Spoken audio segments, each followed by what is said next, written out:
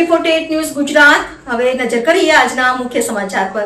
અરવલ્લી જિલ્લાના માલપુર તાલુકાના અણિયોર ગામે યોજાયેલી જનકલ્યાણ શિબિરમાં ગ્રામજનોનો ઉત્સાહભેર પ્રતિસાદ જોવા મળ્યો હતો। સરકારની વિવિધ કલ્યાણકારી યોજનાઓનો લાભ એક જ સ્થળે ઉપલબ્ધ થતાં મોટી સંખ્યામાં લાભાર્થીઓ શિબિરમાં ઉમટી પડ્યા હતા।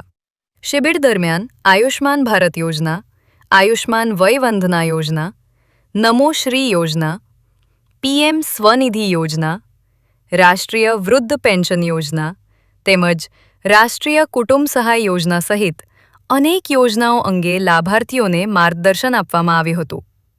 વિભાગીય અધિકારીઓ અને કર્મચારીઓએ અરજીઓ સ્વીકારી જરૂરી પ્રક્રિયા પૂર્ણ કરી હતી। લાભાર્થીઓએ આધાર કાર્ડ, રેશન કાર્ડ અને બેંક પાસબુક જેવા જરૂરી દસ્તાવેજો રજૂ કરી યોજનાઓમાં નોંધણી કરાવી હતી।